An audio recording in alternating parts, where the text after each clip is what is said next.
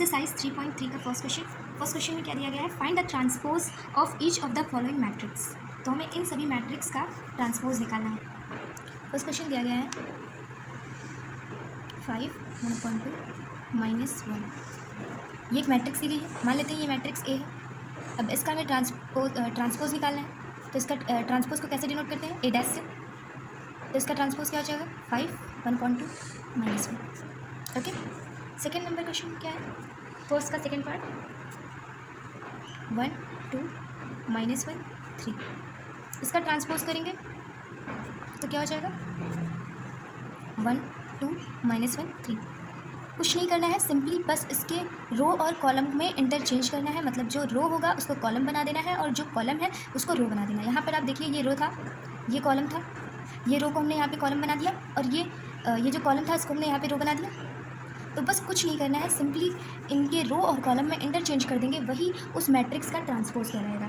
ठीक है, second number question में क्या दिया गया है, सेकेंड नंबर क्वेश्चन में कि if A is equals to -1 5 -2 2 7 1 3 9 1, b is equals to -4 1 -5 1 1 2 0 3 1। अब हमें वेरीफाई करना है कि a प्लस बी का whole of transpose is equals to A transpose plus B transpose. ठीक है, तो सबसे पहले हम a और b को ऐड कर लेंगे। तो जब हम a और b को ऐड करेंगे तो मैट्रिक्स क्या आएगी, यहाँ पे इसको ऐड करेंगे तो यहाँ हो जाएगा -5, हो जाएगा 3, यहाँ हो जाएगा -2, हो जाएगा 6, यहाँ हो जाएगा 9, यहाँ भी 9, यहाँ -1, यहाँ 4 और यहाँ 2। ठीक है, जब हम ट्रांसपोज करेंगे तो क्या हो जाएगा, -5 6 -1 3 9 4 -2 9 2, ये हो जाएगा। अब हम ए ट्रांसपोज निकालेंगे। ठीक है, ए ट्रांसपोज जब निकालेंगे तो इसका ट्रांसपोज निकालना है। तो यहाँ पे क्या हो जाएगा, -1 5 -2 2 7 1 3 9 1। बी ट्रांसपोज निकालेंगे जब, तो क्या हो जाएगा, बी ट्रांसपोज -4 1 1 1 2 3 -5 0 1। अब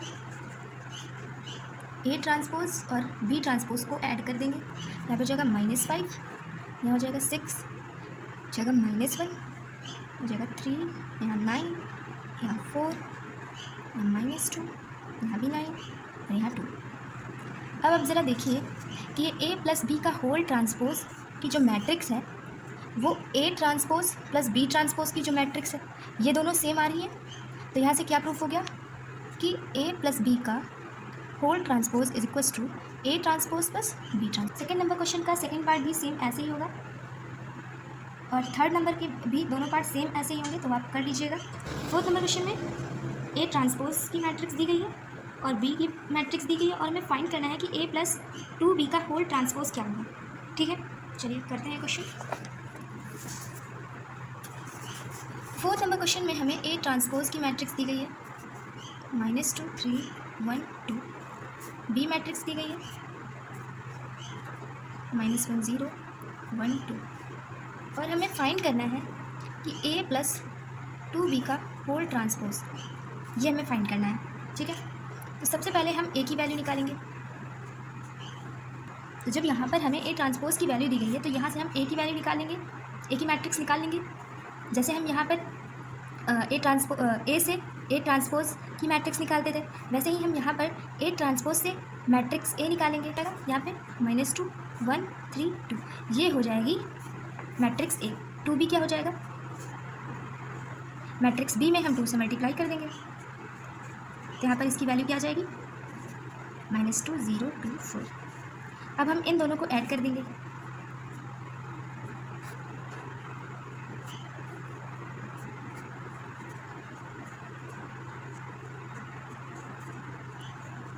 ऐड करेंगे तो क्या वैल्यू आएगी, -4 1 5 एंड 6।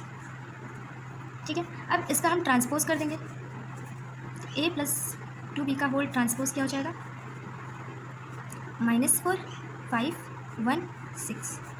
ऐसे ही 5 नंबर क्वेश्चन में क्या दिया गया है कि for the matrix A and B verify that A multiply B का whole transpose is equals to B transpose multiply A transpose. A matrix दी गई है 1 -4 3, बी मैट्रिक्स दी गई है -1 2 1। ओके, अब हमें वेरीफाई करना था कि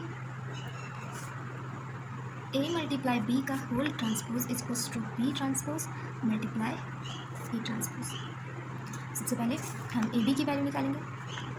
हाँ, तो यहाँ पर जब हम मल्टीप्लिकेशन करेंगे तो मैट्रिक्स क्या आएगी -1 2 1 4 -8 -4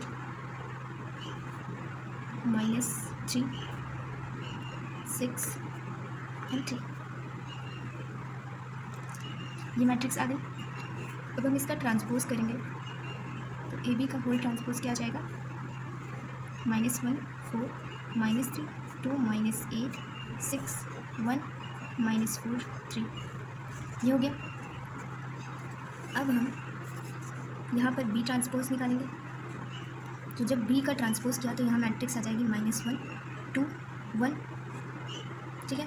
और जब ए का ट्रांसपोज करेंगे तो वैल्यू क्या आएगी 1 -4 3, ये आ जाएगी, ठीक है। तो अब इन दोनों का जब मल्टीप्लाई करेंगे तो क्या वैल्यू आएगी -1 का 1 के साथ होगा तो जाएगा -1, फिर -1 का 4 के साथ हो जाएगा 4, और -1 का 3 के साथ तो -3, ऐसे 2 का 1 के साथ 2, 2 का -4 के साथ तो -8, 2 का 3 के साथ तो 6, और 1 का 1 के साथ 1, 1 का 4 के साथ -4, और 1 का 3 के साथ 3। अब आप देखिए ये मैट्रिक्स और ये मैट्रिक्स सेम आ रही है सेम। तो यहाँ पर ए बी का whole transpose is equals to B transpose multiply by A transpose. Proof same ऐसे ही 5th नंबर का सेकेंड पार्ट होगा, तो आप इसे कर लीजिएगा। तो 6 नंबर क्वेश्चन में क्या दिया गया है कि एक मैट्रिक्स दी गई है और हमें वेरीफाई करना है कि A transpose into A is equals to identity. 6 का first part A is equals to matrix दी गई है cos alpha sine alpha minus sine alpha और कॉस अल्फ़ा, और हमें वेरीफाई करना है कि A transpose into A is equals to I, ठीक है। तो यहाँ पर सबसे पहले हम ए ट्रांसपोज निकालेंगे। ए ट्रांसपोज यहाँ पे क्या हो जाएगा cos alpha minus sine alpha और कॉस अल्फ़ा। ए ट्रांसपोज का ए मैट्रिक्स से मल्टीप्लाई करेंगे हम यहाँ पर।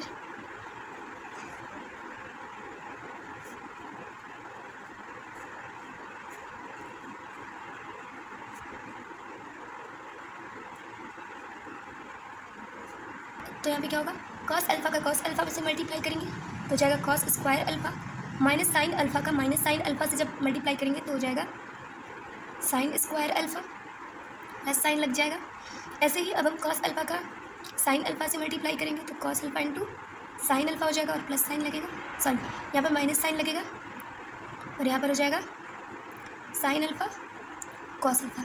ऐसे ही इसका जब करेंगे तो यहाँ हो जाएगा साइन अल्फ़ा कॉस अल्फ़ा, फिर यहाँ पे क्या हो जाएगा minus sine alpha cos alpha, फिर इसके साथ होगा sine square alpha plus cos square alpha.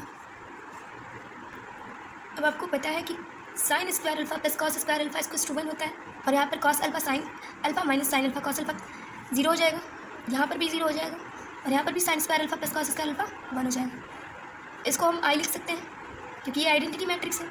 तो यहाँ से क्या हो गया A transpose into A is equals to I, ये हो गया प्रूफ। 6 नंबर का सेकेंड पार्ट भी सेम इसी तरीके से होगा। 7 नंबर क्वेश्चन क्या दिया गया है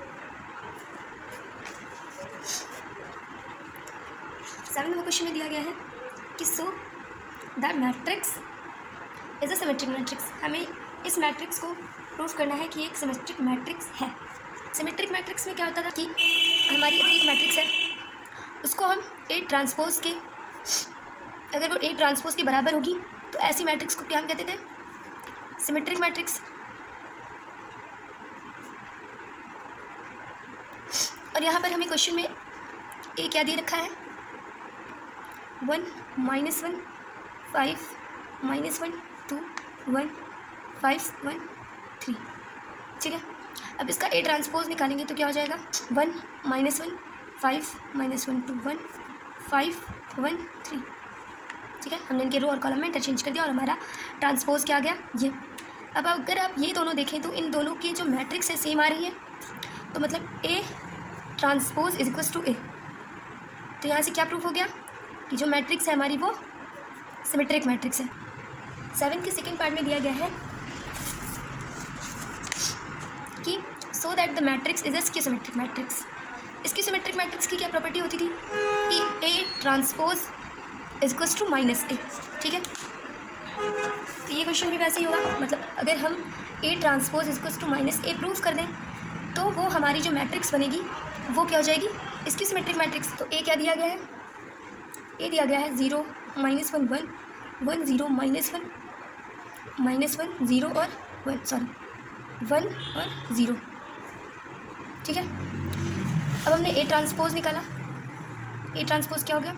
0 1 -1 1 1 0 -1 -1 1 और 0। अब अगर यहाँ से हम माइनस कॉमन ले लें तो मैट्रिक्स क्या आएगी? 0 1 -1 -1 0 1 1 -1 और 0। ठीक है, क्या आएगी मैट्रिक्स? अगर अब आप यहाँ पर देखें तो ये मैट्रिक्स और ये मैट्रिक्स सेम आ रही है, मतलब इसकी जगह हम ए लिख सकते हैं। तो यहाँ से ए डैश इज इक्वल्स टू -ए हो जाएगा। ये शो कर रहा है कि जो मैट्रिक्स ए दी गई है हमारी वो एक स्क्यू सिमेट्रिक मैट्रिक्स है। तो 8 नंबर क्वेश्चन भी क्वेश्चन नंबर 7 की तरह ही करना है।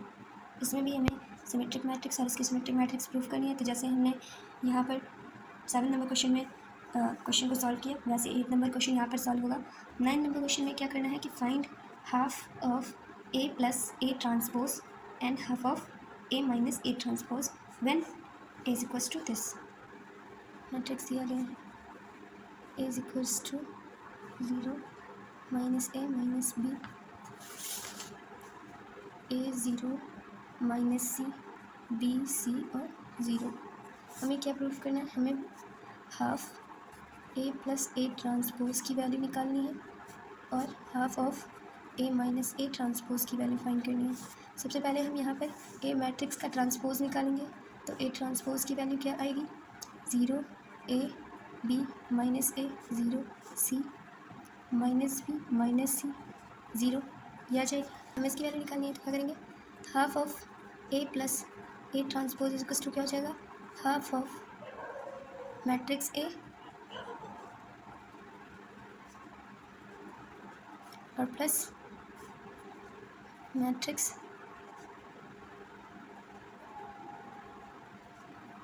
हो जाएगा। तो यहाँ पे जब इन दोनों मैट्रिक्स को प्लस करेंगे तो क्या आएगा? यहाँ पे हो जाएगा 0, यहाँ पे भी हो जाएगा 0, ये 0, ये भी 0 0 0, ये भी 0, ये भी 0, ये भी 0। Half of A minus A transpose की वैल्यू निकालेंगे तो क्या आ जाएगा? यहाँ पर 0 minus A minus B, A 0 minus C 0 L minus 0 A B minus A 0 C minus B minus C और 0। ठीक है, अब यहाँ पे जब हम माइनस करेंगे क्या आ जाएगी वैल्यू? यहाँ पर वैल्यू आ जाएगी, ये हो जाएगा 0। यहाँ पर माइनस करेंगे तो हो जाएगा 2a, यहाँ पर करेंगे तो यहाँ भी हो जाएगा 2b हो जाएगा। ऐसे जब यहाँ पर करेंगे तो यहाँ हो जाएगा माइनस का 2a, यहाँ पर हो जाएगा 0, यहाँ हो जाएगा 2c, यहाँ हो जाएगा माइनस का 2b, यहाँ हो जाएगा माइनस का 2c और आ जाएगा 0। अब यहाँ पर 2 कॉमन ले लेंगे और 2 का 2 से जब डिवाइड कर देंगे तो यहाँ पे क्या आ जाएगा value? 0 a b minus a 0 2c minus 2b sorry minus b minus c and 0। यहाँ पर मैट्रिक्स क्या रहेगी? 0 0 0 0 0 0 0 0 0 ये रहेगी। तो half A plus A transpose की वैल्यू ये आई और half of A minus A transpose की वैल्यू ये आ गई, ये हो जाएगा आंसर। ठीक है, आफ्टर नंबर क्वेश्चन में क्या दिया गया है कि express the following matrix as the sum of symmetric and skew symmetric matrix. हमें इन मैट्रिक्स को स्क्यू सिमेट्रिक और सिमेट्रिक मैट्रिक्स के सम के फॉर्म में एक्सप्रेस करना है। तो क्या दिया गया है, एक मैट्रिक्स दी गई है,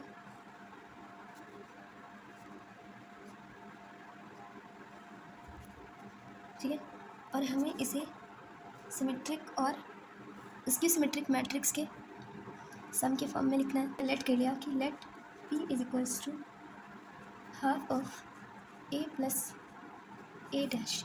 तो यहाँ पर जब हम ए ट्रांसपोज की वैल्यू निकालेंगे तो ए ट्रांसपोज यहाँ पर क्या हो जाएगा 3/5 माइनस 1 हो जाएगा। ठीक है, यहाँ पर जब हम इसकी वैल्यू निकालेंगे तो क्या हो जाएगा, हाफ ऑफ इसका और इसका प्लस जब हम करेंगे तो 3 6 हो जाएगा, 5 1 6, यहाँ भी 6 और यहाँ पर माइनस का 2। हमने यहाँ पे ए और ए ट्रांसपोज को प्लस कर लिया। ये मैट्रिक्स है, यहाँ से हम जब 2 कॉमन ले लेंगे तो मैट्रिक्स क्या बन जाएगी, 3 3 3 और -1। ये हमारी पी की वैल्यू हो गई, मतलब पी इज इक्वल्स टू क्या आ गया, 3 3 3 और -1। अब अगर हम पी का ट्रांसपोज निकालें तो क्या आ जाएगा, 3 3 3 -1, यही आएगा। मतलब यहाँ से क्या प्रूव हो गया कि P is equals to P dash. मतलब कि ये जो मैट्रिक्स है ये एक सिमेट्रिक मैट्रिक्स है।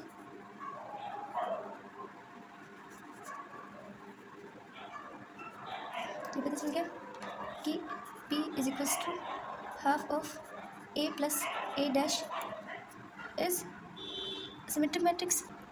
ऐसे ही हम मान लेते हैं कि let Q is equals to half of A minus A transpose. तो जब हम इसकी वैल्यू निकालेंगे, यहाँ पर जब हम माइनस करेंगे इन दोनों का तो ये हो जाएगा 0, यहाँ पर हो जाएगा 4, यहाँ पे हो जाएगा -4 और यहाँ पे हो जाएगा 0। ठीक है, तो जब यहाँ से हम 2 कॉमन लेंगे तो हमारी वैल्यू क्या आ जाएगी, 0 2 -2 और 0 ये आ गई। अब जब इसको हम ये क्यों की वैल्यू आ गई, मतलब यहाँ पे क्यू इक्वल्स टू क्या आ गया, 0 2 -2 और 0। अब क्यू को जब हम ट्रांसपोज करेंगे तो क्या वैल्यू आएगी, 0 2 -2 0। अगर हम यहाँ से माइनस कॉमन ले लें तो यहाँ पर क्या वैल्यू आ जाएगी, 0 2 -2 और 0।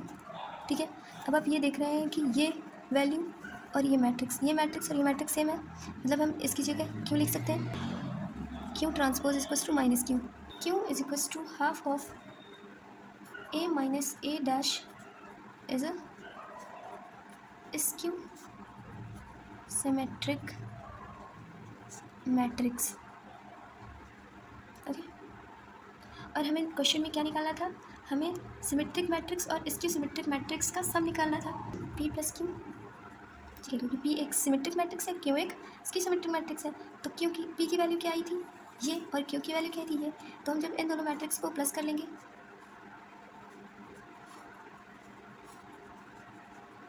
नंबर के और सारे क्वेश्चन इसी तरीके से होंगे, वो आप कर लीजिएगा।